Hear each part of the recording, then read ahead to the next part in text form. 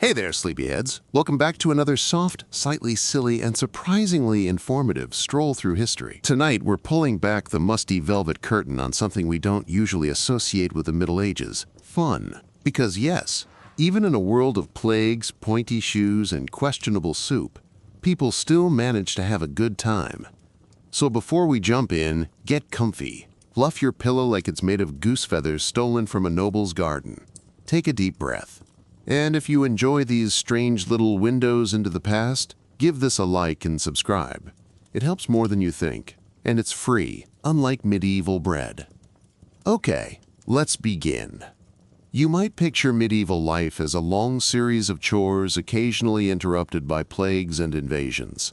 And to be fair, that's not entirely wrong. But in between all that, people still danced, sang, played, and laughed. Sometimes so hard the church tried to stop them. Tonight, we'll meet some of the people who knew how to party, how to gamble, how to flirt with a lute, and how to get banned from 3 towns for being too enthusiastic with a pig costume. Let's start, not with a tournament or a feast, but with the original medieval pastime, watching your neighbors. If you've ever been bored enough to sit at a cafe just to watch people walk by, congratulations. You're carrying on a proud medieval tradition. In the Middle Ages, when your best entertainment option after dark was staring at the wall or pretending you weren't cold, daytime was prime time for watching other people. Nosy neighbors weren't just a personality type.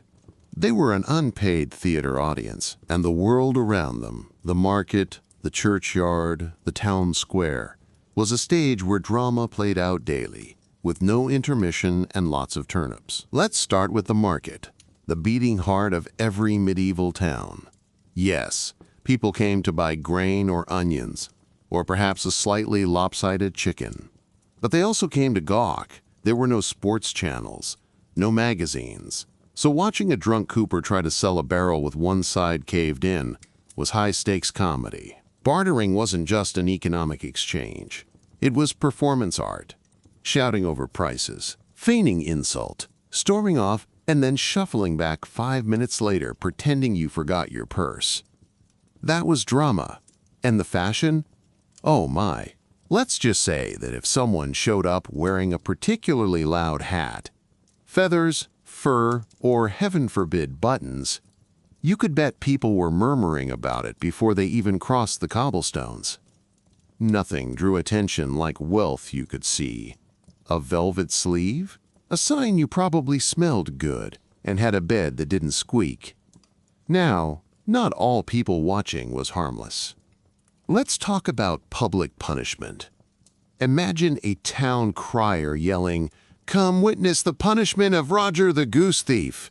And suddenly, your entire afternoon plans are canceled. Everyone grabs their bread crusts and heads to the square. Stocks, pillories, floggings. They were grim, yes, but also strangely festive. The more ridiculous the crime, the better the show. A man caught urinating near a well might be forced to wear a sign saying, "I mistook the fountain for a bush," while children threw pebbles at him. Harsh? Absolutely. But to a medieval crowd, this was stand-up comedy. And let's not forget the traveling performers, jugglers, and peddlers, also known as walking content creators. They were part salesmen, part con men, part entertainers. They'd roll into town with potions that cured everything except common sense, and people would gather just to watch them swindle. If you were lucky, a puppet show would set up outside the church, depicting epic biblical tales using string-operated prophets who looked suspiciously like fishmongers. The best part? Strangers. In a world where most people never traveled more than a few miles from where they were born, a stranger in town was a mystery wrapped in layers of unwashed wool. Where were they from? Why did they walk like that? Did their shoes have heels? The possibilities were endless. A noble on a pilgrimage might as well have been a celebrity. If they had an entourage, it was like a red carpet moment, minus the red carpet, and plus a lot of gawking peasants pretending they weren't staring. Even the weather was people-watching material. If someone got caught in a downpour and slipped dramatically into a puddle, that was your entertainment quota for the day. People talked about it at dinner. Did you see Alice fall into the mud, right next to the dung pile? Tragic, hilarious. I hope someone describes it in a ballad. And weddings? Forget it. If there was a celebration happening, especially a noble one, people would crowd near the estate just to listen for music, sniff for roast meat, and possibly catch a glimpse of the bride's hair, which, if braided correctly, could predict 5 years of good harvest. In short, the medieval world didn't need Instagram. It had benches, barrels to sit on, open streets, and a population desperate for a distraction. So they stared, they speculated, they whispered, and they turned every moment of village life into a communal soap opera. So next time you're sipping coffee and silently judging someone's socks, just remember, you're part of a time-honored tradition. Medieval people walked so you could people watch. Let's say you've just finished a hard day in the fields. Your hands hurt, your back feels like it's auditioning for a horror film, and your only dinner option is something that once mooed but now mostly wobbles. You might think fun is off the table, but fear not, for medieval Europe had its own very special menu of entertainment, and most of it involved games, dice, and a small chance of being arrested. To begin, picture this: a smoky tavern, dimly lit by candle stubs that are doing their best despite the draft. The room smells like wet dog, overcooked onions, and optimism. A few rough-hewn tables are crowded with villagers, tankards of weak ale clutched in hands that have definitely never known soap. And right in the center of it all, dice. Medieval dice games were everywhere. If it could be tossed, flicked, or shouted at in frustration, people would gamble on it. The most popular game was probably Hazard, a dice game so complicated that it makes modern craps look like tic-tac-toe. The rules were vague, the stakes were high, and the outcomes were frequently disputed by people missing teeth. Entire fortunes, or at least half a chicken and a good spoon, were lost over a bad roll. And yet, they played. They played in pubs, at fairs, behind barns, even during church festivals, which tells you exactly how well the moral messaging was working. The clergy, naturally, was horrified. Gambling was considered sinful, wasteful, and an excellent way to discover which of your friends was terrible with money. But people did it anyway, because medieval life was short, itchy, and mostly uphill. Card games. Oh yes, but not the kind you'd recognize. Playing cards first arrived in Europe around the 14th century, and early decks were hand-painted, which meant they were expensive and usually owned by nobility.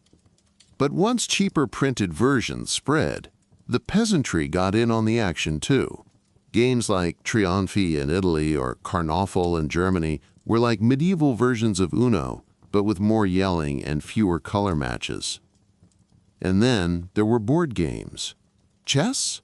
Very much a thing, though mostly for the literate and relatively rich. Backgammon? Also popular.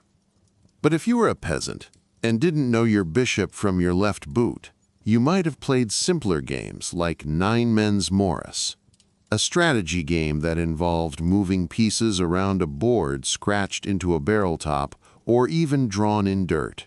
Easy to play, hard to win, and ideal for pretending you weren't just waiting for bread to bake. Now let's talk outdoor games. If you've ever been hit in the face with a soccer ball, congratulations. You've experienced a safer version of medieval mob football. This wasn't a friendly match between towns. It was a town-wide melee involving an inflated pig's bladder, 2 distant landmarks, and 0 rules. Goals might be that tree by the hill and the gate to the mill, and everything in between was fair game. Hedges, pawns, livestock, you name it. Mob football was so violent it was banned repeatedly by kings, bishops, and probably the village pig, who was tired of losing his bladder every year. People still played it. In some towns, they still do. Somewhere right now, someone is reenacting a game where 40 men chased a ball through a churchyard while yelling about honor and losing 3 teeth. For indoor intellectuals, and by intellectuals we mean anyone who'd had 3 ales and wasn't asleep yet, there were riddles, tavern quizzes, and a surprising amount of improvised singing contests. That's right, pub trivia existed, just without BuzzFeed and with more insults.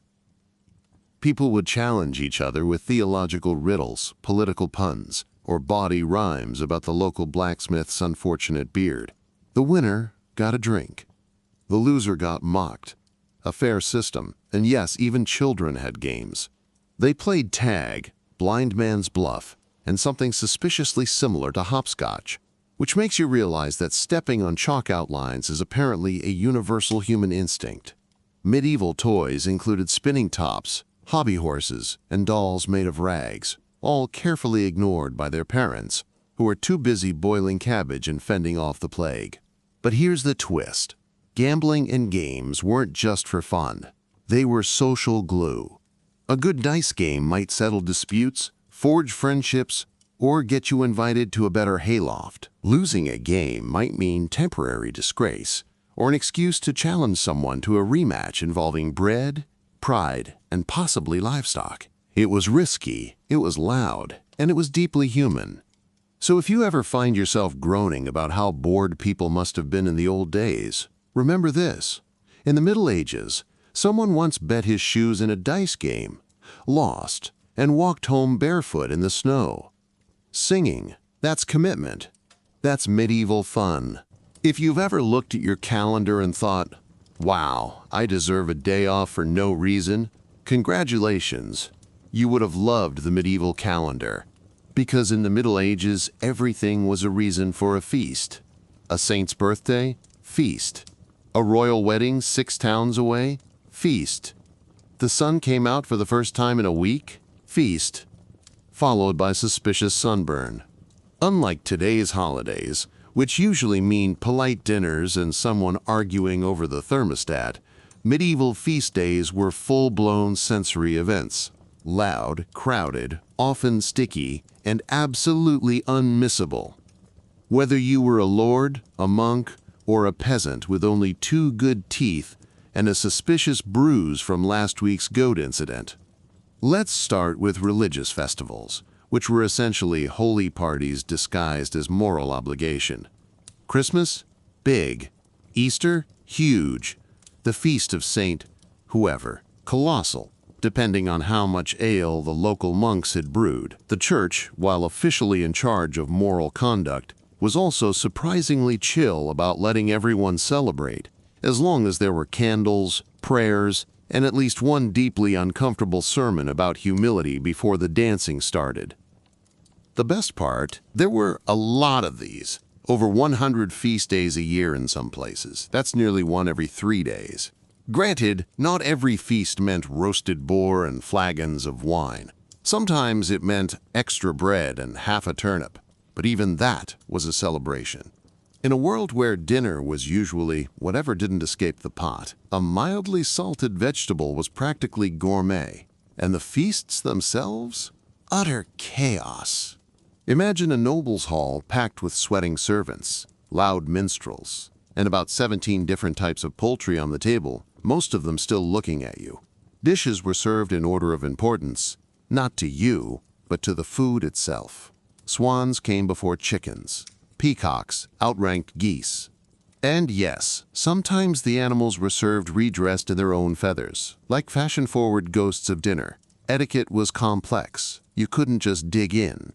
Bread wasn't just bread. It was called a trencher, a stale slab used as a plate. You ate off it, then gave the soggy remains to the poor. Fingers were the primary utensil, but only the right hand. The left was reserved for, well, less noble tasks. If you sneezed on the meat, you apologized to the cook and your ancestors, and if you got caught picking your teeth with your knife, banishment. Or at least a very pointed glance from the lady of the house. But the real entertainment began after the eating. There were jugglers, dancers, jesters who specialized in fart jokes, and occasionally a bear tied to a post for reasons no one remembered by morning. Guests told riddles, recited rhyming insults, and sometimes played drinking games with rules so complicated they required a monk to mediate. Speaking of monks, they knew how to feast. Monasteries weren't just spiritual centers, they were ale factories. Monks brewed some of the strongest, smoothest beer in Europe, and they were very generous with their supply on feast days. Moderation was a flexible concept. Some monks even had drinking quotas, and yes, that was considered a sign of holiness. After all, if the Lord turned water into wine, clearly, he was okay with a little buzz. In villages, feasting was more rustic but just as rowdy. Bonfires were lit. Musicians scraped tunes out of things that barely qualified as instruments. Children ran in circles until they vomited from excitement. Adults danced until someone fell into the pig trough. There were no wedding DJs, just whoever owned the least broken drum. And if the priest passed out in the hay by midnight, that was considered a blessing. Feast days also had their fair share of social landmines. Show up late? People assumed you were dying. Sit in the wrong spot at a noble's table? Instant scandal. Flirt with the wrong person? You might be married by sunrise or chased into a ditch by her brothers. Drink too much and mistake a bishop for a barmaid? Eternal regret and possibly excommunication. Still, people lived for these days. They saved scraps, hoarded coins, and whispered plans weeks in advance. Because for a few glorious hours, the hardship paused. The fields, the taxes, the fleas, all of it was temporarily forgotten in favor of roasted meat, warm ale, and slightly off-key music played on a goat bladder. And let's be honest, isn't that the medieval dream? There are days in every culture when people decide, collectively, to abandon dignity. In the modern world, we call this wedding receptions or New Year's Eve. In the medieval world, it was called the Feast of Fools, Carnival, Midsummer, and a dozen other holy-sounding excuses to act extremely unholy for 24 to 72 hours straight. Let's begin with the Feast of Fools, a festival so irreverent, so bonkers, and so beloved that the church tried to ban it dozens of times and failed every single time. This glorious mass usually took place around the New Year, and it flipped the medieval social order like a poorly balanced roast duck. The lowliest clerks became bishops for the day. The altar boys led parades. The congregation mooed during hymns. And somewhere in the back of the church, someone was definitely juggling apples while wearing pants made of bread. Yes, bread pants. That's not documented, but it feels true. And that's very much in the spirit of the Feast of Fools. The core idea was simple: role reversal and sanctioned nonsense. The Lord of Misrule would be elected, usually the most ridiculous or charmingly offensive person available, and given control over a day of satire, pageantry, and deeply questionable judgment calls. Imagine if your office intern got to be CEO for a day, and their first decree was mandatory pie throwing. Mock sermons were delivered in pig Latin, incense was swapped for cheese rinds, and holy water might be replaced with ale, depending on how bold the monks were feeling. And yes, this happened inside actual churches. The clergy was divided between laughing along and quietly sweating through their robes. Then there was Carnival, the pre-Lent blowout, where the message was essentially, eat everything, drink everything, sin just a little, and then feel very guilty about it next week. This was Mardi Gras before Mardi Gras had beads or DJs. Townspeople donned masks, some beautiful, others terrifying, and danced through streets, mixing satire, food fights, and impromptu theater. If you were shy, too bad. Someone would probably rope you into a performance where you played the devil's assistant, using only a turnip and a stick. During these festivals, even kings got nervous. Because for just a brief moment, the social order loosened its corset. Peasants dressed as nobles, women dressed as men, Pigs were paraded in crowns. The idea wasn't just to misbehave, it was to remind everyone how absurd the normal rules were. And sometimes, mocking power was safer when it was funny. Even the boy bishop tradition leaned into this topsy-turvy fun. A child, often around age 10, was elected to rule over a cathedral for a day, complete with mitre, crozier, and a very small yet powerful choir of friends. The boy would bless people, often sarcastically, give sermons, often nonsense, and process through the streets like a tiny pope with a sugar high. Was it ridiculous? Absolutely. But it also gave kids a taste of authority, and adults a chance to remember that even bishops had once had pimples and a bowl haircut. Of course, not all these festivals were church-related. Some were tied to seasonal cycles. Midsummer, for example, which was one part pagan bonfire ritual, one part fertility dance party, and one part who set fire to the mayor's goat again. Villages would host plays, build giant straw figures, dance until the sun came up, and try to outsing the next town over. And yes, occasionally someone got married or arrested or both, depending on the enthusiasm level. The important thing to remember is that for most medieval people, life was brutally consistent. You worked, you prayed, you worried about dying from cheese. These chaotic holidays were the release valve, the brief moments when it was okay to be silly, rebellious, loud, or just weird. They were therapy before therapy existed. Organized madness. A little light anarchy with music. And sure, by the next morning, the church would insist everyone repent, the nobles would reclaim their chairs, and the baker's apprentice would go back to accidentally burning bread. But for one day, the village was yours, the jokes were sacred, and the pigs wore velvet. Modern dating is hard enough.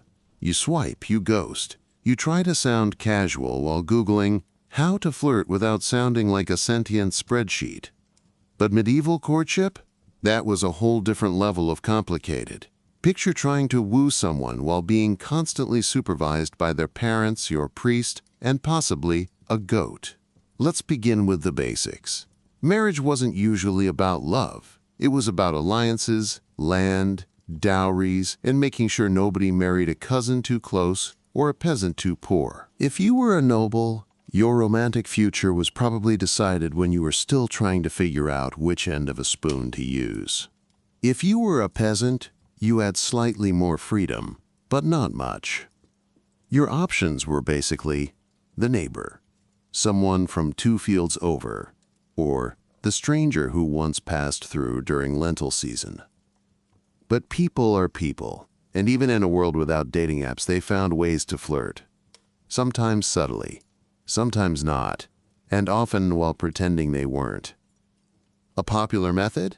Singing under someone's window. Yes, the classic serenade. If a young man had feelings, or at least a lute in poor judgment, he'd show up outside his crush's home and deliver a heartfelt ballad, usually about how her eyes were like doves and her hair like a field of barley. If she liked him, she might drop a token from the window, a ribbon, a flower, or in one deeply medieval case, a radish. Romance. But beware, this wasn't a rom-com. If the girl's father heard the music, you might end the night in a very non-romantic chase scene involving pitchforks and threats to your lineage. In more structured environments, nobles practiced courtly love, which was basically emotional gymnastics wrapped in poetry. It was all about longing. You'd pine for someone you couldn't have, usually a married noblewoman, and express your feelings by writing odes about her elbows. The goal was to admire her from a polite distance, like a sad peacock reciting Shakespeare. Physical contact? Scandalous. Kissing? Forbidden. Making eye contact for too long? Probably a sin. And yet this was considered refined. And oh, the pickup lines. These weren't the witty one-liners of today. They were elaborate compliments loaded with metaphor. Instead of, Are you an angel? You might hear, "Fair lady, thy voice doth make the lark ashamed to sing." Effective? Debatable, but at least it didn't involve emojis. Then there were the gifts. Love tokens were a big deal, especially if you could afford them. A silken handkerchief, a carved spoon, or a ring made from twisted wire were all fair game. Some even gifted poems written on parchment, which sounds romantic until you remember that parchment was usually made from sheepskin and might smell like regret. But the most awkward and oddly charming part of medieval courtship was the group dynamic. People didn't date one-on-one. They courted in public, surrounded by friends, family, and possibly livestock.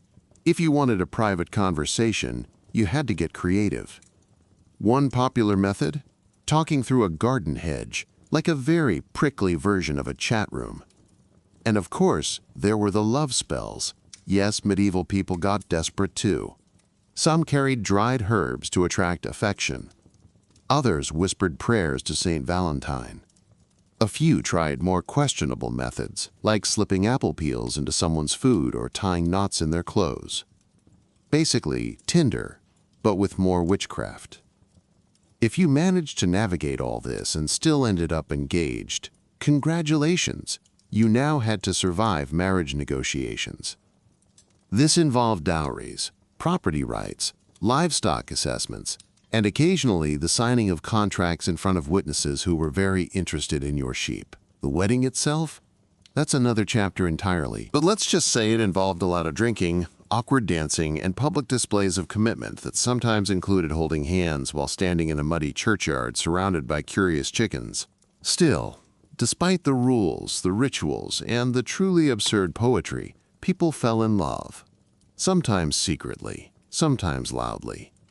Sometimes while singing about barley fields under a window at midnight, hoping not to be hit by a chamber pot.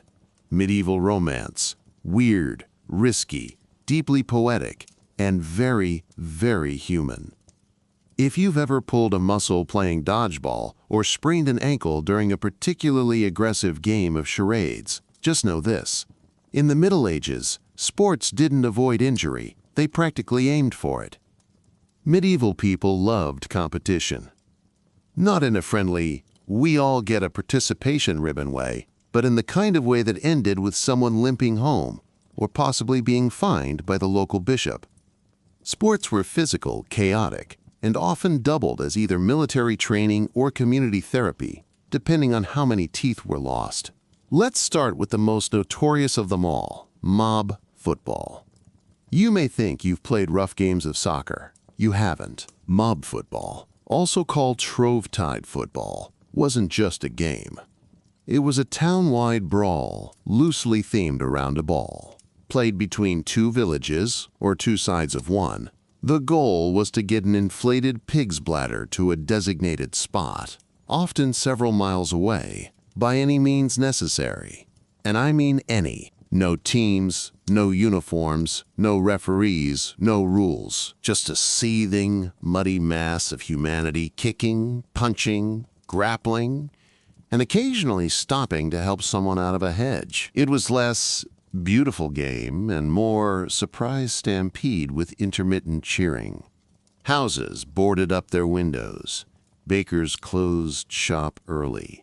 And if someone shouted, "Ball!" you either joined the fray or climbed a tree and prayed. Injuries were expected. Concussions were common. And at least one historical account ends with someone being accidentally buried in a ditch.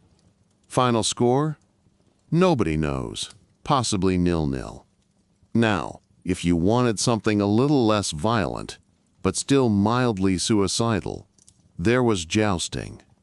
The noble art of strapping yourself to a horse, lowering a sharpened stick and charging at another man doing the exact same thing. What could go wrong? Jousting wasn't just sport. It was prestige. It was showmanship.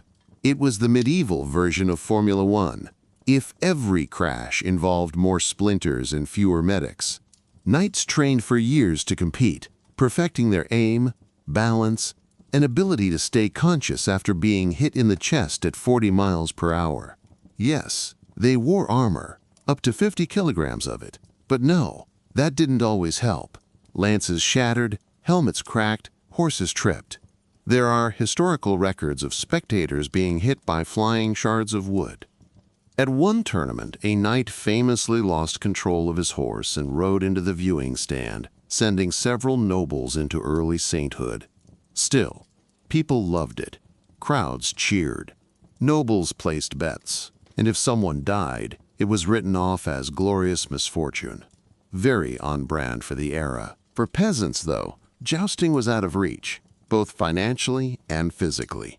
Their sports were more improvised, like wrestling, which had few formal rules beyond don't stab each other. Matches took place in fields, fairs, or anywhere flat enough to roll around on. No mats. No safety guidelines. Just two sweaty men trying to flip each other over while their friends shouted encouragement and chickens observed with mild horror. Or there was archery, an actual mandatory sport in some regions. Yes, by law, certain Englishmen were required to practice archery on Sundays. Not because it was fun, but because it kept them ready to repel the French. Over time, it evolved into a national pastime. Archery contests became village events, complete with prizes, bragging rights, and occasionally accusations of cheating involving suspiciously straight arrows. But the real joy came in the less official games, like shin-kicking, a medieval favorite.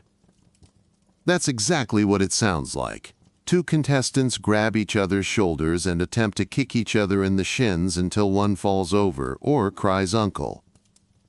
Legend says some competitors stuffed hay into their trousers for padding. Others brought stronger legs, or stool ball, an ancestor of cricket, baseball, and mild marital arguments. One person defended a stool while the other threw a ball at it. That's it. Simplicity itself. Sometimes played flirtatiously, sometimes played aggressively. Medieval dating and sports, often indistinguishable. Even tug-of-war was a thing, though it occasionally involved moats, bonfires, or piles of manure. Victory was sweet. Defeat was messy, and of course every sport doubled as a betting opportunity. Whether it was archery accuracy, wrestling prowess, or who could jump over a stream without falling in, someone was always wagering a few coins, a loaf of bread, or half a goat. Gambling was as much a part of the fun as the bruises. In short, sports in the Middle Ages weren't about fitness or leisure. They were about status, skill, pride, and sometimes seeing how long you could run before tripping over your own shoes. So next time you pull a muscle at yoga, remember, at least you didn't get tackled by 30 men over a pig bladder in front of your local priest. If you've ever groaned at a wedding DJ who insists on playing the Macarena, just be grateful you weren't born in the Middle Ages, where the entertainment was less about playlists and more about a guy with a harp who may or may not have been sober. But here's the twist. Medieval music? It slapped. Not in the auto-tuned, high-production way of today, but in a foot-stomping, lute-strumming, I've had 3 ales and I'm ready to dance with the miller's wife kind of way. Music was everywhere in medieval life. From courtly banquets to roadside pubs to harvest festivals in muddy fields, if there were people gathered, there was probably a guy nearby tuning an instrument made from animal guts.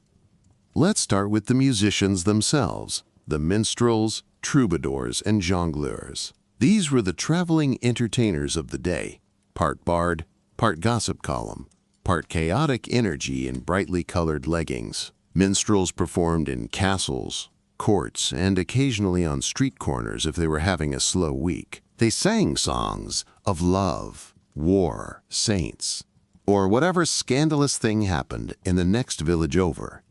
If you think TikTok trends move fast, just imagine a bard showing up to sing about Lord Edmund falling off his horse while trying to impress a nun. Instant hit. Troubadours were more refined, the sensitive indie band types. Their songs were all about unattainable love and ladies with eyebrows like falcons. They'd compose entire epics for a single sigh from a noblewoman, who usually responded with a polite nod and a firm "no jongleurs." Pure chaos. They juggled. They sang. They made fun of everyone present, often in rhyme. Think of them as medieval stand-up comedians, with a loot bag full of juggling apples and deeply questionable morals.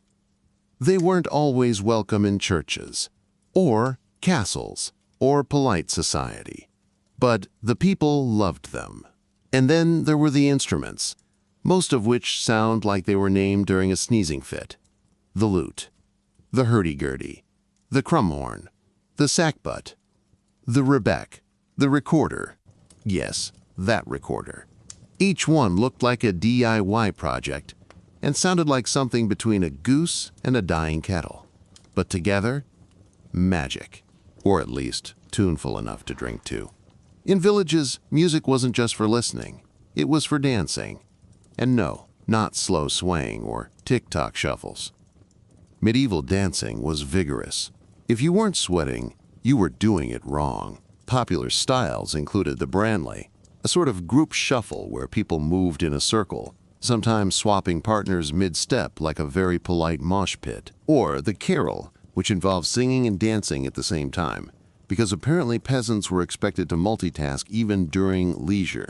At fancier gatherings, you might see pavans and galliards, slow, elegant dances that mostly consisted of measured walking and occasional hops, like sophisticated duck parades. But most people, they didn't care about technique. They wanted fun. They wanted movement. They wanted an excuse to get a little too close to their crush while pretending it was part of the choreography. And when the music started, usually with a drum beat or a fiddle shriek, the whole village joined in, young and old, sober and not so sober, the baker with flour on his nose, the shepherd who forgot to change his shoes, the dog who thought it was chasing something. Everyone. There were dances for harvests, dances for weddings, dances for surviving the winter. Some towns even had competitive dance marathons where people danced for hours, cheered on by spectators and fueled by ale, cheese, and raw determination. And if someone passed out mid-twirl, well, that was just part of the show. Music was more than entertainment. It was social glue. It brought people together, allowed them to forget their backaches, their debts, their unfortunate skin conditions. It turned muddy fields into dance floors and wooden spoons into percussion instruments. And yes, sometimes it got a little wild. There are accounts of dancing so enthusiastic that it caused floorboards to break, chairs to fly, and in one case, a bishop to fall into a wine barrel.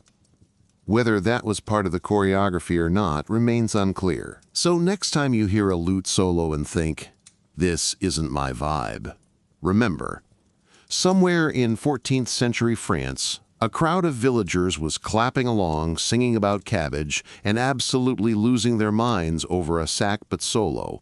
Medieval dance floors were chaotic, sweaty, joyful miracles. And, honestly, we could use more of that. Every party needs someone who pushes things just a little too far. In modern times, it's usually the cousin who brings karaoke gear uninvited, or that one friend who shows up in a costume after the theme was canceled. In the Middle Ages, that role was often official. They called him the fool. Now, don't let the name throw you. A fool wasn't just a guy in a silly hat, though, to be clear, the hat was very silly, usually with bells, points, and the general appearance of a festive octopus. But behind the noise, the jingle, and the constant threat of falling over something, the fool was actually one of the smartest people in the room, or at least the most observant. You see, fools were allowed to say things no one else could. They could mock the king. They could insult guests. They could point out that Lady Beatrice's dress looked like she lost a fight with a goose and lived to tell the tale. Why? Because fools had immunity. Their job was to speak uncomfortable truths wrapped in jokes, poetry, and the occasional juggling act involving live poultry. Some fools were witty intellectuals with sharp tongues. Others were physical comedians who specialized in pratfalls, dirty jokes, and elaborate dances involving animal impressions. Many were both, and yes, some were people with disabilities hired not for their wit, but because their difference entertained the crueler crowds. A grim reminder that humor wasn't always kind, but the best fools. They were performers, satirists, and low-key political commentators, all while wearing shoes with curled toes. They could diffuse tension at a tense feast, humiliate a prideful noble, and keep a bored crowd entertained when the meat was taking too long to roast. And they weren't just in courts. Every town had its own local trickster, whether official or self-appointed. These were the holy pranksters, people who blurred the line between jester, prophet, and professional nuisance. Some towns had fool bishops or lords of misrule during festival seasons, regular folks elected to parody authority. They'd process through the streets in robes, issue fake laws, every goat must wear a hat, and generally make mischief with full community approval. It was satire with civic engagement, a medieval roast with cowbells. Then there were the street performers, part jester, part pickpocket, part public menace. They'd set up outside taverns and churches, do impressions of the local priest, bold, mock nobles, bolder, and occasionally engage in slapstick routines involving fish. A good prank might involve fake miracles, spilled ale, or convincing a crowd that the blacksmith's donkey could talk. And let's not forget the professional liar's actual job title. In some regions, there were men hired to invent stories so wild and entertaining that no one believed them. It was like being a medieval internet comment section, but with more walking and fewer spelling errors. But here's the beautiful part. Everyone knew it was pretend. The fool was pretending to be foolish. The prankster was pretending to be serious. The crowd was pretending not to laugh while secretly wheezing into their soup. It was all part of the dance, a social contract where, for a moment, the normal rules didn't apply. Of course, not everyone appreciated this. The church tolerated fools, but didn't always love them. Some clerics called them servants of sin. Others just rolled their eyes and prayed no one juggled during Mass. Nobles who couldn't take a joke sometimes had fools fired, or worse, sent to become wandering jesters, performing for whoever had coins or cabbage to spare. Still, the fool survived, because people need laughter, especially when life is hard. And medieval life, in case we forgot, was 90% hard bread, cold toes, and worrying about whether your cough meant you were going to die. So the fool laughed, and danced, and juggled, and mocked, and reminded everyone that power wasn't sacred, pride was silly, and even kings look ridiculous with gravy on their tunics. In the grand halls and muddy streets alike, the medieval fool wasn't just a joke. He was a release valve, a symbol of joy, truth, and just enough chaos to keep things interesting. Also, he probably knew how to ride a pig backwards, because someone had to. We've all seen weird modern contests. Competitive hot dog eating, cheese rolling. Who can sit on a pole the longest? But medieval Europe? It was the Olympics of odd. If you could race it, balance it, throw it, or do something humiliating with it, someone turned it into a game. Let's start with a personal favorite. Cock throwing. Yes, it was exactly as weird and unsettling as it sounds. A rooster would be tied to a post, and contestants would take turns throwing sticks at it. This was a Shrovetide tradition in many English towns, combining cruelty, poor aim, and questionable entertainment. Sometimes the winner got the rooster. Other times, everyone just got laughed at by a surprisingly resilient bird. Thankfully, this tradition eventually fell out of favor, probably because someone realized, hey, maybe we don't need to humiliate poultry to feel alive. If animal involvement feels unfair, fear not. Some contests turned the spotlight back onto humans. Take gurning, for example. This was, and occasionally still is, A competition to see who could make the ugliest face while sticking their head through a horse collar. No joke, it was taken very seriously. Villages would crown annual champions, and there were actual strategies. Pulling your lower lip over your nose, bulging your eyes, or making it look like you just drank goat milk left in the sun. And yes, there were prizes, bragging rights, perhaps a pie, and the undying respect of your neighbor Ethel, who once said you look like a startled goose without even trying. Then there were the endurance contests. The "how long can you" games. How long can you dance? How long can you stay awake? How long can you stand on one leg in the village square before someone throws a cabbage at you? Some of these turned into unofficial marathons. Others became community events with betting pools, music, and the occasional fainting contestant being carried off like a hero. Let's not forget the greased pole climb, a literal vertical challenge where villagers attempted to shimmy up a tall, grease-slathered pole to grab a prize at the top. The prize was usually something wildly underwhelming, like a sausage, a coin, or a mildly stale roll. But the entertainment value was unmatched. People would cheer, heckle, and occasionally sabotage their rivals with well-placed mudclods. Of course, the real action came in the mock battles.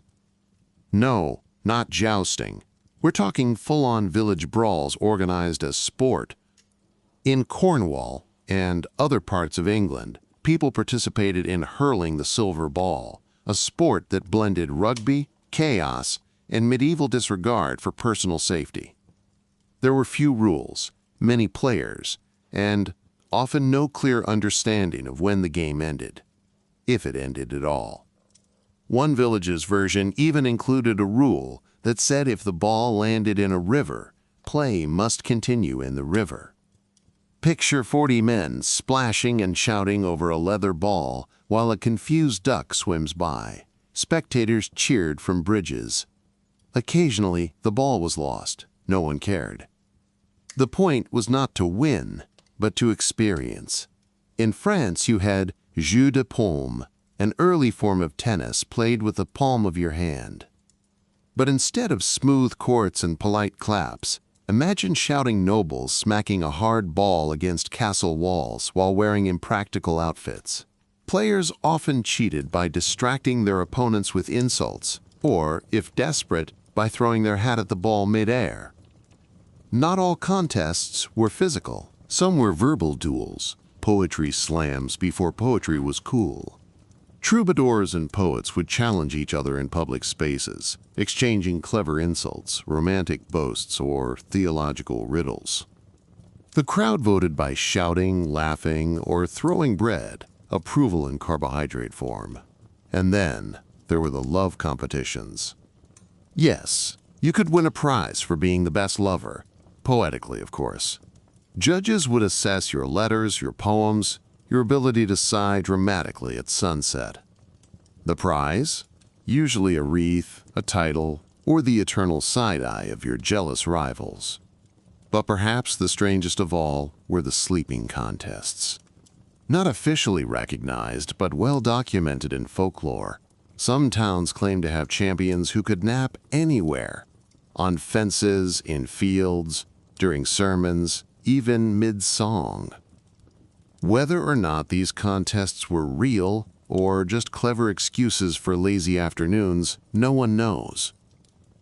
But if they were real, then truly, medieval people understood the art of competitive resting long before it became a self-care hashtag. What unites all these bizarre competitions is one thing: fun. Absurd, messy, communal fun. Whether they were flinging themselves at poles, inventing terrible poems, or gurning like goblins through wooden collars, medieval people knew that life was hard, so laughter had to be harder. So next time someone tells you history is boring, remind them, once upon a time, entire villages stopped what they were doing to watch their neighbor climb a greased pole for a sausage. And that, my friends, is civilization. Close your eyes and picture a medieval night. No electricity, just the flicker of candles, the creak of old wood, and the occasional owl that sounds way too smug. You might think everything just stopped. That once the sun dipped below the horizon, people tucked into their haybeds and whispered their final Amen before drifting off to dream of sheep and sausages. But medieval nights? Far from quiet. In fact, they were strangely busy. A mix of mystery, mischief, moonlit routines, and things you probably shouldn't step on barefoot. Let's start with the basics. The idea of going to bed wasn't as straightforward as we imagine. People didn't always sleep in one continuous stretch. Instead, they often practiced segmented sleep. First sleep, then a period of wakefulness in the middle of the night, followed by second sleep.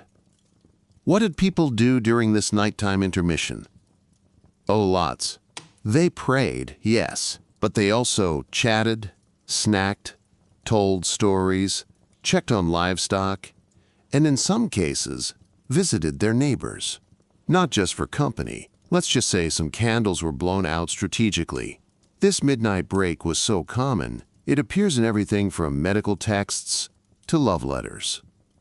A doctor might prescribe prayer between the two sleeps. A romantic partner might sneak across the lane when the moon was high and the chickens had stopped judging. Night wasn't just for sleep, it was also for possibilities. And what about night work? Some professions thrived after dark. Bakers often started their labor in the middle of the night, so the bread would be fresh by morning. Night watchmen patrolled the streets with lanterns, staffs, and a healthy dose of suspicion. Their job? Look intimidating, yell things like, "All's well," and sometimes arrest someone caught where they weren't supposed to be, like, say, behind the apothecary's shed with someone else's wife. Speaking of which, sneaking around was practically a sport. Not just lovers, but smugglers, poachers, petty thieves. They all preferred the cover of night. Some towns had curfews, and if you were out past them without a very good reason, you'd be hauled before a magistrate by dawn. Good luck explaining you were just taking your goat for a walk. Still, even with the risks, some people just enjoyed the night. It was cooler in summer, quieter overall, and sometimes weirdly social. In small villages, neighbors might gather by a hearth after dinner, share gossip, drink ale, and sing until the fire went out. The term nightcap wasn't just a literal piece of clothing, it was a habit. And for the nobility, nightlife could be lavish. Evening feasts, musical performances, indoor games by firelight, and yes, sometimes secret meetings about who was marrying whom, or whether that suspicious-looking cousin was actually plotting a rebellion. Monks, on the other hand, had strict nighttime routines. Many orders woke before dawn to chant the first prayers of the day, matins and lauds, which meant their nightlife involved more incense than intrigue. Still, imagine waking at 2 a.m., stepping into a cold stone chapel, and hearing haunting plainsong echo through the darkness. Eerie? Yes. Beautiful? Absolutely. For ordinary folks, the house after dark became a different world. Shadows stretched. Sounds amplified. The wind against the shutters could convince you that ghosts were real. And indeed, medieval people feared the night, not just because of criminals or wild animals, but because of superstition. They believed in night demons, spirits, and witches who roamed the countryside after dusk. A baby's cradle would be guarded with herbs. A candle might be left burning all night to keep evil away. Some people even slept with iron under their bed, just in case the fairies tried to swap them out for a changeling. In the city, noise was common. Dogs barking, carts creaking over cobbles, someone stumbling out of a tavern singing about how much they missed their ex. Inns weren't exactly peaceful. You might share a bed with a stranger, get woken up by snoring, and fall back asleep to the rhythmic dripping of rain through a thatched roof. And let's not forget the midnight crimes. Not murder mysteries, though those happen too, but tiny dramas like the theft of an onion, a shoe, or a pig that wandered off suspiciously right after dinner. Town records show that pigs were often blamed. rarely defended. So yes, the night in medieval times wasn't silent. It was layered, half restful, half restless, full of flickering light, whispered secrets, sleepy priests, giggling neighbors, and a general understanding that darkness didn't stop life. It just changed the tempo. And in many ways, that midnight world, with its mystery and mischief, was the closest thing medieval people had to modern nightlife. No neon lights, no nightclubs, just candle flames, creaky floors, and the sense that anything could happen when the sun went down. Just watch your step. Feeling under the weather? Got a headache? A rash? Or perhaps an inexplicable urge to lie down and groan dramatically? If you were alive in the Middle Ages, your options for medical care ranged from herbal wisdom to pray harder to let's bleed you and see what happens. Welcome to medieval medicine, a fascinating blend of practical herbalism, ancient theory, religious belief, and an alarming number of treatments involving animal parts. Let's start with the dominant theory of the time, the four humors. Imported from ancient Greece and gleefully misunderstood for centuries, this theory claimed that your health depended on the balance of four bodily fluids: blood, yellow bile, black bile, and phlegm. Yes, phlegm. If you sneezed too much, the problem wasn't pollen. It was a philosophical crisis in fluid management. Feeling sad? Too much black bile. Angry? That's the yellow bile acting up. Too cheerful? Definitely an excess of blood. The solution? Adjust the humors. Which brings us to bloodletting, arguably the most popular and dramatic medieval medical treatment. The theory was simple.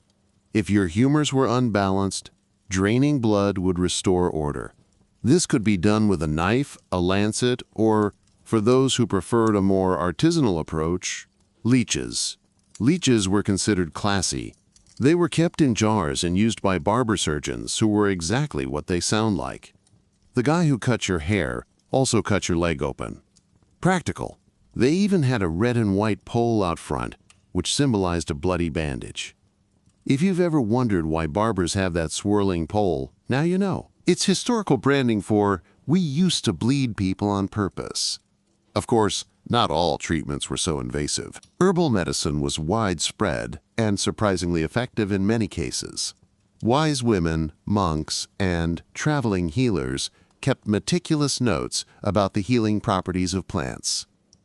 Chamomile for sleep, willow bark for pain, early aspirin, garlic for infections, and nettle for everything, apparently. In fact, many monasteries had physic gardens filled with medicinal herbs.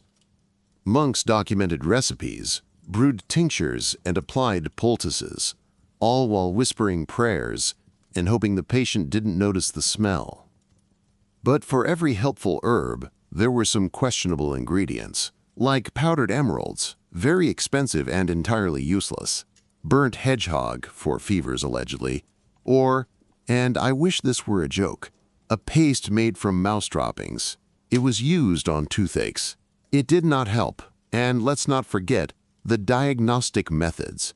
One popular test was urine analysis, not under a microscope, but by sight, smell, and taste. Physicians had charts showing 20 different shades of pee and what they meant. A darker urine might indicate a fever. Cloudy? Kidney problems. Smelled like bacon? Possibly divine intervention.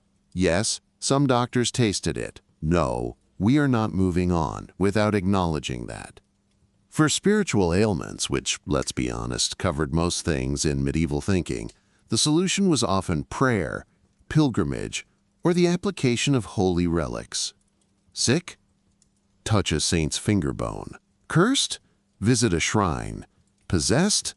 Better call the local priest for an exorcism. Side note, most cases of possession were probably mental illness, epilepsy, or just being a teenager. Mental health?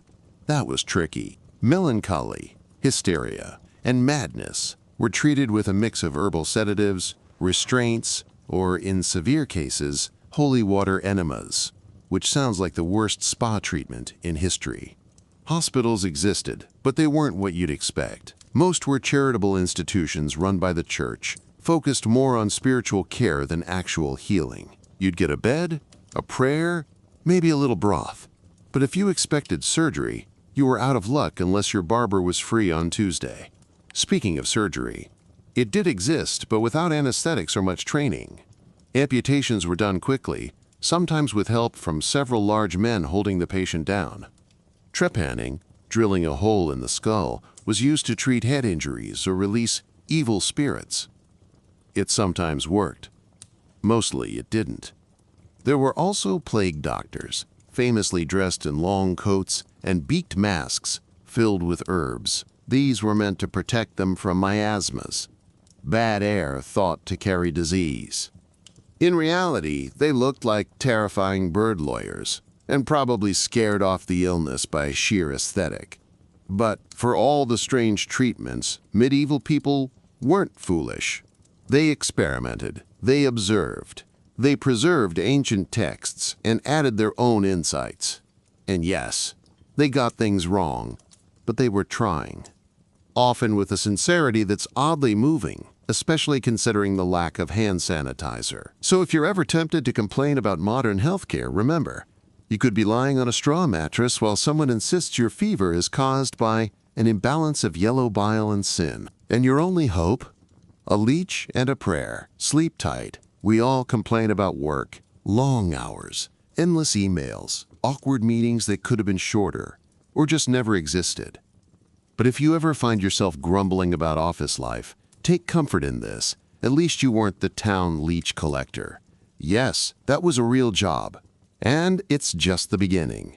The medieval world needed people to do all kinds of unpleasant, dangerous, or downright disgusting work. Because for every shiny knight or plump merchant, there were dozens of folks behind the scenes making society function, and usually smelling quite bad while doing it. Let's begin with the gong farmer. This charming title referred to the brave souls tasked with cleaning out cesspits, the medieval equivalent of a sewer system. Most people had a privy, a toilet over a pit, and eventually someone had to empty that pit. Enter the gong farmer, who would work at night, knee-deep in what polite texts refer to as night soil. They used long shovels, buckets, and, one assumes, a deep ability to mentally disassociate from the smell. Gong farmers were paid decently. No one wanted the job. But they were also shunned socially. After all, it's hard to make small talk at the market when everyone knows you smell like Wednesday's stew from the other side of town. Another glorious job? The fuller. A fuller cleaned wool cloth, which sounds fine until you learn how they did it. By stomping on it in vats of stale urine. Human urine was full of ammonia, which helped remove oils from raw wool. So fullers would collect pee, sometimes from public containers placed outside homes, and spend hours marching barefoot in a slurry of wool, waste, and regret. There were entire buildings full of this. Can you imagine the smell in July? Next up, rat catcher. This profession required fast reflexes, a tolerance for filth, and a weirdly positive relationship with small dogs or ferrets.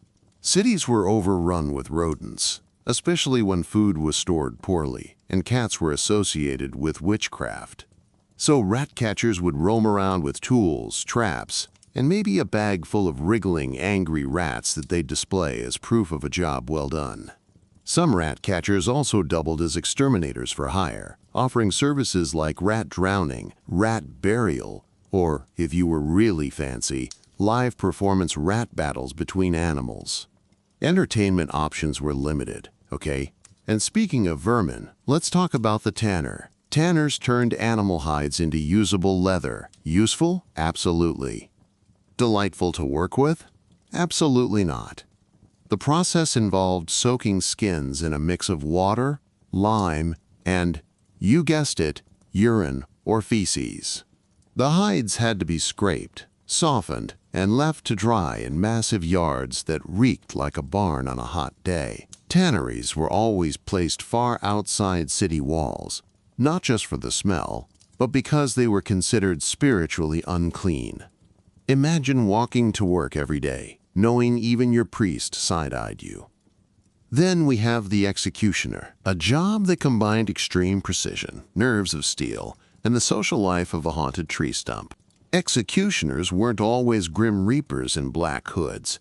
Many were just regular folks with a very irregular job. They were often shunned, feared, or forced to live outside town limits. Some took pride in their skill. A clean execution, especially by sword, was seen as honorable. A messy one? Not so much. Records describe crowds booing bad executions like a failed concert. No pressure. Executioners were also responsible for torture duties in some cities, as well as disposing of bodies, cleaning gallows, and even, ironically, acting as law enforcers. They had to uphold the system and swing the axe. Talk about wearing many hats. And then there were the sin eaters. This haunting role involved eating food placed on a dead person's chest during a funeral, usually bread or ale, in the belief that the eater would absorb the deceased's sins. It was a strange mix of spiritual ritual and mild indigestion. Sin eaters were usually poor and desperate. They weren't priests, and they weren't respected, but families paid them in coin and leftovers, hoping that one final meal might secure a loved one's passage to heaven, no matter how questionable their life choices had been. Meanwhile, children and young teens could work as scarecrows. Not wooden ones. Actual, living crow boys were stationed in fields to yell at birds all day. Rain, shine, hail, or hunger. If you stopped shouting, your lord's barley became bird buffet, and you became crow bait. Another grim option, plague burial duty. When disease swept through towns, as it often did, someone had to carry the bodies. These workers, often unpaid or conscripted, walked through streets with carts, dragging away the dead and trying not to join them. Let's not forget the hermit, a person who chose to live in isolation, often in a tiny stone hut, relying on charity and eating mostly root vegetables. Some hermits were revered. Others were just trying to avoid their in-laws. Either way, it wasn't glamorous. And of course, messengers, minstrels, and traveling traders faced their own risks. Bad roads, worse weather, bandits, wolves, and the ever-present chance that your horse might throw a shoe 20 miles from the nearest blacksmith. So yes, while medieval life had its knights and nobles, its scholars and saints, it also had the unsung heroes who did the jobs no one else wanted. The diggers, the stompers, the haulers and scoopers, the people who kept the cities clean, the clothes soft, and the rats slightly fewer. And all for a few coins, a crust of bread, and the eternal satisfaction of knowing that, in 1,000 years, someone would say, "Wow, better them than me." Let's be honest, even today, many of us knock on wood, avoid walking under ladders, or hesitate when a black cat crosses our path. But if you think modern superstitions are odd, they've got nothing on what people believed in the Middle Ages. Back then, the world was full of mystery and danger. And when you don't have modern science to explain why your cow died, your bread went moldy, or your left foot itches on a Thursday, you make up your own logic. Enter the medieval superstition. Let's begin with animals, because medieval people believed they were absolutely brimming with meaning. Cats, especially black ones, were often viewed as witches, familiars, supernatural companions with shady allegiances. Killing a cat might be seen as good luck in one village, a terrible omen in another. And if a cat sneezed in your direction, depending on the region, it was either a blessing or a warning from the devil. Or maybe the cat just had allergies. Owls were particularly unsettling. Their cries at night were thought to predict death. If you heard an owl hoot 3 times outside your window, you might as well start writing your will, unless you lived near a monastery, in which case you probably just had a very annoyed monk throwing boots at it.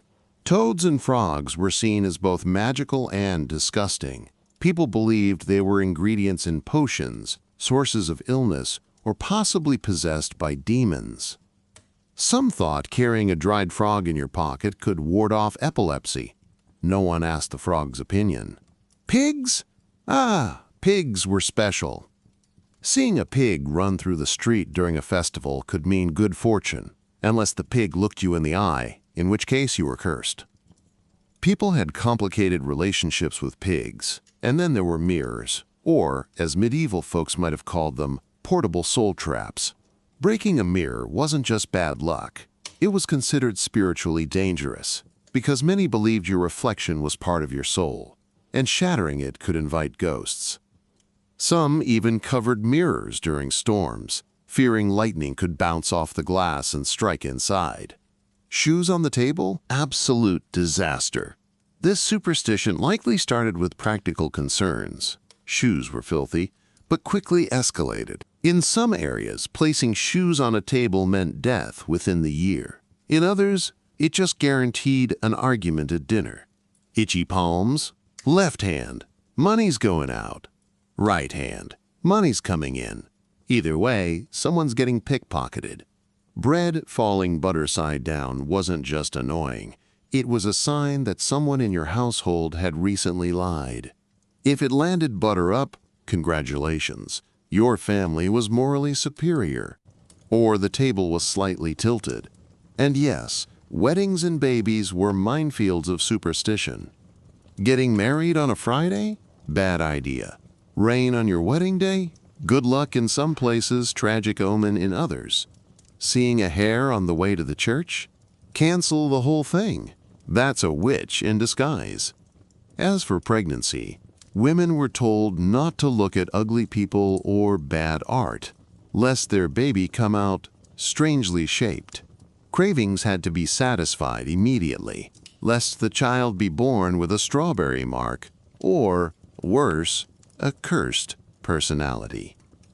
When the baby arrived, you'd best protect them from evil spirits. Common tactics included tying red ribbons around their wrists, hanging iron objects over the cradle, or never, ever saying they were cute, lest jealous spirits decide to take them. Complimenting a baby was basically asking the fairies to swap it for a log. Yes, changelings. The belief that fairies would steal healthy babies and leave behind lookalikes. These imposters would cry, refuse to grow, or behave oddly. To cure a changeling, some parents tried horrifying things, like placing the child in an oven briefly or tossing it into a river. Fortunately, many such stories are more folklore than fact, but it shows how deep superstition ran. And of course, weather was a hotbed of magical thinking. Thunderstorms weren't just bad weather. They were God's anger, or a witch flying overhead, or the result of someone baking on a Sunday. Rainbows? Divine messages. Hail? Curse from a neighboring village. Drought? Definitely your neighbor's fault for not going to church last week. Even illnesses came with their own lore. A sore throat might be the result of a bad breeze. A stomachache? Too much sin. A pimple on your nose? You were about to fall in love, or fall off your horse, depending on the village gossip. Let's not forget the number 3, a sacred number across Europe. Doing anything 3 times made it magically stronger. Saying a charm, walking around a tree, knocking on wood, or spitting over your left shoulder to ward off evil. And of course, the ultimate tool of defense. Garlic, hung over doors, worn around the neck, placed under pillows. It repelled everything. Disease, vampires, annoying relatives. Possibly effective, definitely smelly. But beneath all the silliness, these beliefs served a purpose. They gave people a sense of control in a chaotic world. When science was primitive and life was short, superstition filled the gaps. It explained the unexplainable, gave rituals to cope with grief, and added drama to everyday life. After all, it's not just bread. It's a moral compass in dough form. So while we may chuckle at the idea of frog amulets or owl omens, remember, we still read horoscopes, cross fingers, and avoid the number 13. Medieval minds weren't so different, just a bit more creative with amphibians. If you've ever counted down to the weekend, circled a holiday on the calendar, or scheduled your entire existence around having something to look forward to, you're in good company. Medieval folks felt the same, maybe even more so, because in a world of endless work, short lifespans, and zero vacation time, holidays weren't just breaks, they were life. Days when the rules bent, the tables overflowed, and even the grumpiest monk might crack a smile. Let's begin with the crown jewel. Christmas. Medieval Christmas wasn't just a single day. It was a full-blown festival season, stretching from Advent, early December, to Epiphany, January 6th. That's over a month of celebrations, including 12 official days of feasting, games, carols, and occasional goat-related theatrics. People decorated with holly, ivy, and mistletoe. They sang carols, often rowdy, drink-fueled tunes with lyrics that would make a modern caroler blush. Churches held elaborate midnight masses. Towns hosted pageants with actors playing Mary, Joseph, and, in some bizarre regional versions, a man dressed as a talking donkey. There was food, of course.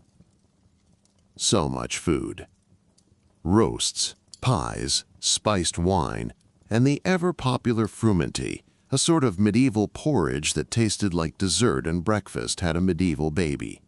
Even the poor were given special meals by churches and wealthy benefactors, ensuring that no one missed out on the cheer. And at the center of it all, the Lord of Misrule, a fool or servant elected to preside over the festivities. He led parades, issued fake proclamations, "All chickens shall wear hats today," and turned the usual social order upside down. Nobles served peasants. Monks played games. Everything was joyfully ridiculous. Until Epiphany, when order resumed and everyone tried to remember where they left their shoes. Not far behind Christmas was Easter, equally sacred but more symbolic of rebirth and new life. Lent, the 40 days before Easter, was strict. No meat, no eggs, no fun.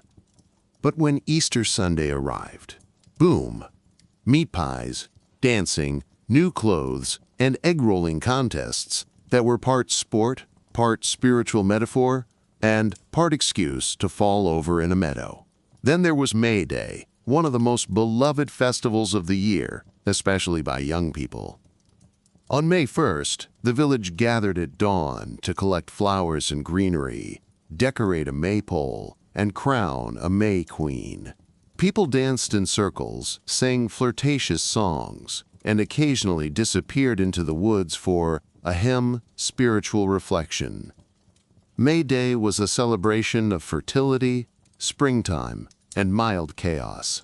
Think of it as Valentine's Day, Earth Day, and a field party rolled into one. Midsummer, June 24th, brought bonfires, jumping games, and more flower crowns. People lit fires to ward off evil spirits, danced around them to secure good luck, and occasionally tried to leap over the flames, ideally without setting their tunics on fire. Harvest festivals in autumn were huge events, equal parts gratitude, relief, and competitive pumpkin lifting. Towns celebrated the end of hard labor with feasts, ale, dancing, and blessings of the grain. These were social highlights, with storytelling, games, and one-upmanship in vegetable display. But not all holidays were just about food and dancing. Take All Hallows' Eve, the medieval ancestor of Halloween. On October 31st, people believed the veil between worlds thinned. Spirits could wander, ghosts could return. So villagers lit candles, carved faces into turnips, yes, before pumpkins, and rang church bells to keep the undead at bay. Some even wore disguises, not for candy, but to avoid being recognized by vengeful souls. Trick or treat, 14th century style. Saints' days were constant. Almost every week had one. They were local, varied, and sometimes oddly specific. Saint Apollonia, for example, was the patron of toothaches. People with dental issues would pray to her on her feast day while avoiding anything crunchy. Saint Blaise helped with throat problems. Saint Fiacre was the patron of hemorrhoids. We don't ask questions. And then there was Carnival, the raucous, colorful festival before Lent. A sort of get-it-all-out-of-your-system week where people ate, drank, dressed in costumes, and acted like tomorrow didn't exist. Think medieval Mardi Gras, with more turnips. Even seemingly minor holidays like St. Swithin's Day, July 15th, came with strong beliefs. If it rained, it would rain for 40 more days. If it didn't, the sun was in charge. Entire planting calendars were built around days like this. But what made medieval holidays truly special was community. Everyone participated, rich and poor, old and young, clergy and farmers. The line between sacred and silly was thin. You might go to Mass in the morning and dance around a maypole in the afternoon, and nobody saw the contradiction. They believed deeply in the power of celebration, that joy could be holy, that laughter could heal, that breaking bread with your neighbor was as important as prayer. Holidays reminded people of life's rhythm, fasting and feasting, sorrow and joy, winter and spring.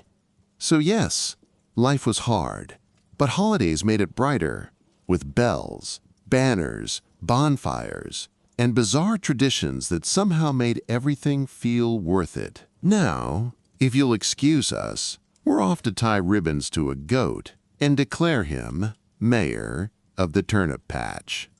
It's tradition. And that, dear listener, brings us to the end of our sleepy stroll through the curious, cheerful, and occasionally questionable world of medieval fun. We've danced in muddy village squares, juggled apples with wandering jesters, climbed greased poles for prizes no one really wanted, and learned that even in the darkest centuries, people found reasons to celebrate, to laugh, and to stay up just a little too late. History often gets painted with a grim brush, all plague, punishment, and peasants in despair. But under that heavy cloak is a world that's deeply human. People with strange jobs, stubborn beliefs, weird hobbies, and a surprisingly sharp sense of humor. They may not have had central heating or floss, but they knew how to turn a regular Tuesday into a festival, a superstition into a bedtime story, a leech into a medical plan. So as you drift off tonight, imagine yourself at a medieval feast, not at the high table, but somewhere near the fire, with a mug of warm ale, a pie of questionable origin, and a front row seat to a man trying to rhyme while balancing on a barrel. Because boring history isn't boring at all. Thanks for listening. Don't forget to like, subscribe, and share this with someone who thinks history is just dates and kings. Let them know. Sometimes, it's also about dancing with pigs and collecting pee for science. Good night, and sleep weird.